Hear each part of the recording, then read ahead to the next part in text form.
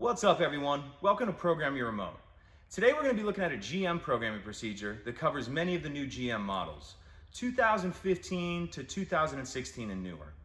So a couple things we need to go over before we get into it. First, this procedure is going to be for push-button start vehicles. If your vehicle has a separate remote and key, and I'll put a picture of one here on the screen, then this procedure will not work. The second thing is, this is a timed procedure. You need to allow yourself about 30 to 40 minutes. There's about 10 minutes in between some of the steps. So again, allot yourself about 30 to 40 minutes. The next thing is, this procedure is gonna be for if you've lost all the keys for your vehicle, if you have no remaining. So in that case, once you have no remaining and you go buy yourself a new smart key, and yours may look a little different than this, you need to get the key cut. The emergency key in the bottom. This will be the only part of the procedure that you cannot do yourself.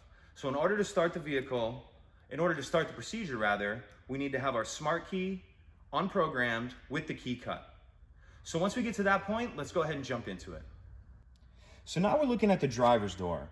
Some vehicles may have an exposed key cylinder where you can actually see the slot where the key will go right in. But on some vehicles, you're gonna have the key cylinder cap, such as this. So we need to remove that. How we're gonna do that is, if you look under here and you see this slot right there, we're gonna take the emergency key that again's already been cut, and you're just gonna lift the door handle slightly, put that key up in the slot, and just wiggle it. Yours may come off there a little harder if it's never been off. So once we have that off, now we have our key cylinder exposed. So now that we've got the lock cylinder cap removed, we can go ahead and move forward with the rest of the procedure. So as I was saying earlier, this is a timed procedure. We're gonna need 10 minutes for this first step. So get yourself something to time yourself with. I'm gonna use a phone here. Just have that handy. I'm gonna open the door so it's a little easier to get in and out. We're gonna take our cut key, put it in the door lock cylinder, and we're gonna be turning it to the left 5 times. And after that 5th time, we're gonna see a message on the dash, and that's when we're gonna start our timer. 1, 2, 3, 4, 5. Take a look at the dash. You see the message there, remote learning pending, please wait. And as you can see, I've started my timer. It takes 10 minutes for this step, so I'll check back in when we get close to that 10 minutes. So now we've hit our 10-minute mark. If your dash isn't lit up, you can go ahead and close, open the door. Now you're gonna see the message here.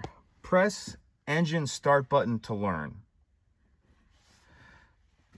So we're gonna go ahead and press the start button. And now we need to reset our timer for another 10 minutes. And we'll check back in when we get close to time. So now we've hit our 10-minute mark for the second time, and we're gonna repeat the previous step exactly. I'm gonna close and open this door just to get the light on the dash. And you'll see the message on there again. So we'll go ahead and press the start button. And then we're going to reset our timer. And we'll see you in 10 minutes.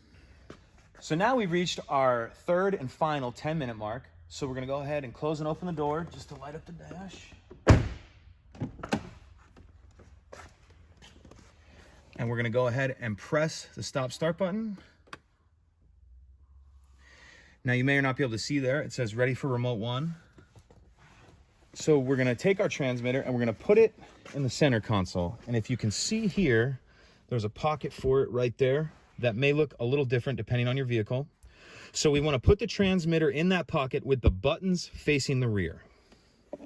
So we have that in there. Now we're going to go ahead and press the stop start button again. Now we're going to remove the transmitter from the pocket and press either the lock or unlock button.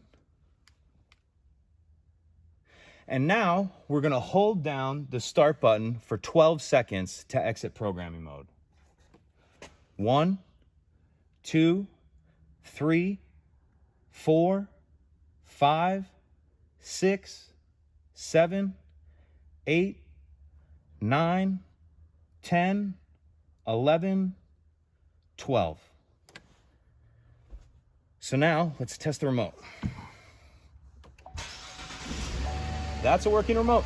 So we just finished up with the procedure. There was quite a few steps there. If you guys have any questions or anything, let me know in the comment section below. If you could take a minute to like the video and subscribe, helps us out, helps the channel out, and I'd appreciate it. Thank you.